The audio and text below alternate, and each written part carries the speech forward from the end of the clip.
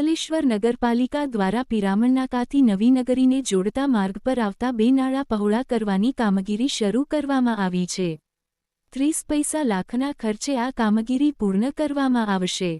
અંકલેશ્વરમાં હાલ Gujarat urban development corporation દ્વારા ઠેર ઠેર ગટર લાઇનની કામગીરી ચાલી રહી છે, ત્યારે અંકલેશ્વર નગરપાલિકાના વોર્ડ નંબર 4 થી 5ને જોડતા માર્ગ પર પણ ખોદકામની કામગીરી કરવામાં આવી રહી છે। પિરામણ નાકાથી નવીનગરીને જોડતા માર્ગ પર આવતા બે નાળાને વિસ્તારવાની કામગીરી નગરપાલિકા દ્વારા શરૂ કરવામાં આવી છે, ત્યારે આ કામગીરીનું નગરપાલિકાના પ્રમુખ લલિતા રાજપુરોહિત, કારોબારી અધ્યક્ષ નિલેશ પટેલ, ચીફ ઓફિસર કેશવ કલોડિયા તેમજ સ્થાનિક નગરસેવકોએ નિરીક્ષણ કર્યું હતું। 30 લાખના ખર્ચે નાળા પહોળા કરવામાં આવશે। આ કામગીરી આગામી 1 મહિનામાં પૂર્ણ કરવાનો લક્ષ્યાંક રાખવામાં આવ્યો છે।